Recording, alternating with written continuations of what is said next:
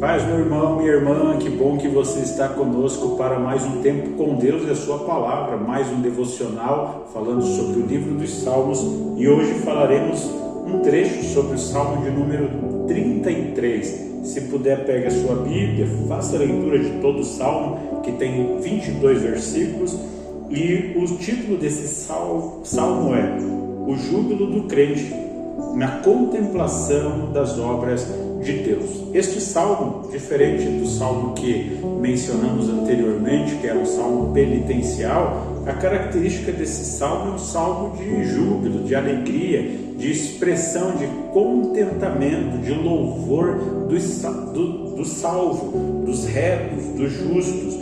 Ele faz menção da ação sobrenatural de Deus na criação da terra, na sustentação de todas as coisas e na forma que Deus age e cuida da vida daqueles que são o seu povo. Eu quero fazer destaque de alguns versículos.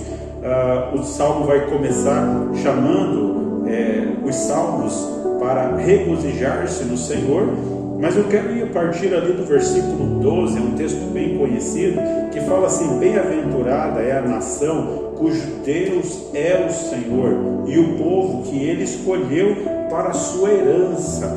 Quando o salmo foi escrito, ele estava falando do povo de Israel, e ainda existe a promessa sobre a nação de Israel.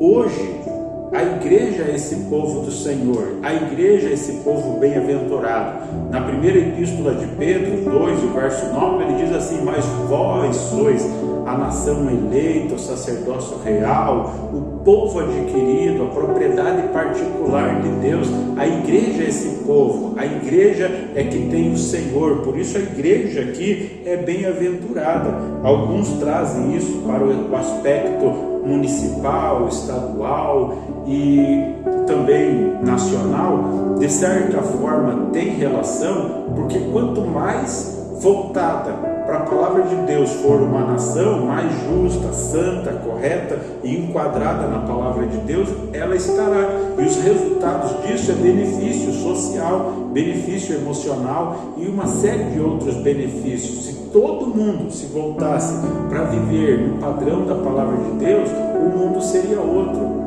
a situação deste mundo seria outra. Mas aqui, especialmente hoje, essa palavra se enquadra para a igreja.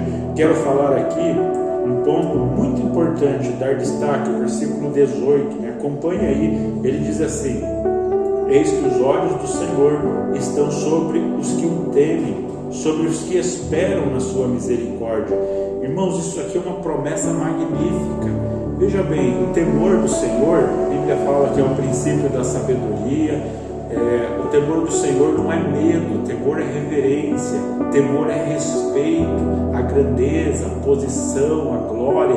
Temor é saber que Deus é justo e vai tratar com cada um de nós. Temor é saber que tudo que nós fazemos traz um resultado, e a gente então, quando tem esse temor nas nossas vidas, quando nós temos esse temor em nossas vidas, buscamos viver de acordo com o padrão divino. E o peso desse temor é tão magnífico que Deus contempla toda a terra, mas os olhos de cuidado do Senhor estão sobre os justos. Se você é temente a Deus, saiba que o teu temor atrai o olhar cuidadoso de Deus. Isso mesmo. Talvez você seja aquela pessoa que sempre está preocupado: será que eu estou agradando a Deus? Será que eu não estou ofendendo o Senhor? Será que esse comportamento eu posso distanciar o Espírito Santo da minha vida? O nome disso é temor. Se você tem o temor, saiba que o temor que você tem no coração atrai o olhar de Deus para a tua vida. Busque o temor do Senhor, viva no temor do Senhor, e você estará atraindo. E não é só um olhar assim de quem está simplesmente olhando, mas é um olhar de cuidado de Deus. Deus cuida do seu povo, Deus cuida da sua igreja, Deus cuida daqueles que temem. E ele conclui ainda esse trechinho aqui dizendo: sobre os que esperam na sua misericórdia. E assim é a igreja espera na misericórdia do Senhor. Verso 19: para livrar a sua alma da morte para conservar vivos na fome. Os problemas na época, havia muita fome. Hoje, menos. Há fome. Existem situações degradantes na terra, mas é menos do que havia naquela época. Talvez você tenha passado dificuldades de fome há anos atrás, ou ouviu seus pais falarem de momentos de fome.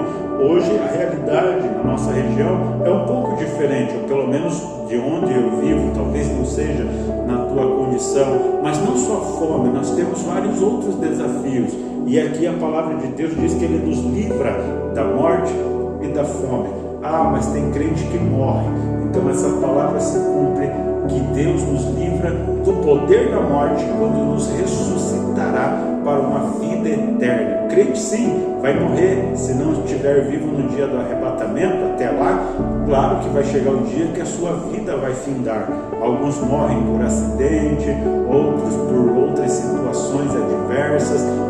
E aí alguém pode pensar, mas a palavra de Deus se invalidou? De forma alguma. Aquele que crê, ele viverá eternamente na presença do Senhor. O verso 20 fala assim: a nossa alma espera no Senhor. Veja que é algo no íntimo. Ele é nosso auxílio e o nosso escudo. Então ele está dizendo, a nossa alma é muita intimidade, profundidade. Não é uma expressão superficial, mas é uma expressão íntima. A nossa alma espera no Senhor. E ele conclui aqui dizendo, Ele é nosso auxílio. Esse auxílio quer dizer, Ele é nosso ajudador. Ele é quem nos ajuda, Ele é quem nos ampara, Ele é quem nos estende a mão, Ele é quem nos sustenta na hora da adversidade. Ele é nosso escudo, Ele é quem se interpõe entre nós e o nosso adversário. Quando as setas, os dardos do mal vêm, nós temos um Deus que se interpõe e nos protege. O versículo 21, ele diz assim, pois nele se alegra o nosso coração, porquanto temos confiado no seu santo nome. Então, o salmo que fala do poder de Deus na criação, na glória da criação, num Deus que é poderoso e não existe rei, não existe forte que possa vencer o Senhor. Um salmo que fala do cuidado de Deus para o seu povo, para a sua igreja. Então ele conclui, pois nele se alegra o nosso coração, porquanto temos confiado no seu santo nome. Observar quem é o Senhor e o que Ele tem feito por nós promove alegria. O crente precisa contemplar a grandeza do que Deus fez, o cuidado de Deus, o favor de Deus, o olhar cuidadoso de Deus para a sua vida, e isso deve resultar em alegria, em louvores, em gratidão. Por isso o crente, mesmo na adversidade, louva o Senhor na casa, louva o Senhor no caminho, louva o Senhor no trabalho, e também se reúne para aquele louvor coletivo como igreja.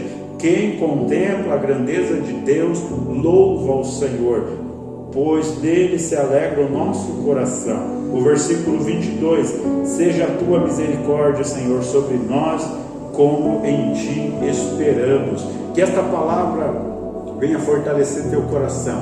Os olhos de Deus estão sobre a tua vida, sobre a tua dificuldade. Deus é teu auxílio, Deus é teu ajudador, Deus é quem te socorre, Deus é teu escudo. Quero orar por você, pela tua vida, em nome de Jesus Cristo. Pai, no nome de Jesus, eu oro pela vida deste teu filho, desta tua filha. Que a bênção do Senhor se manifeste, que o milagre que Ele tem pedido se manifeste, Senhor. Os teus olhos estão sobre ele. Manifesta a tua bondade, manifesta o livramento, manifesta a vitória, manifesta a intervenção poderosa do Senhor na vida, no lar, na vida em família, no trabalho, no empreendimento. Repreende toda ação do mal contra a vida do teu filho e o abençoa, Senhor. Repreende, Senhor, as ações do mal contra teu servo, contra a tua serva, e abençoa. O Senhor é a nossa alegria, porque confiamos em Ti. Em nome de Jesus, oramos e Te agradecemos. Amém. Meu irmão, minha irmã, que Deus o abençoe. Até nosso próximo devocional. Um grande abraço.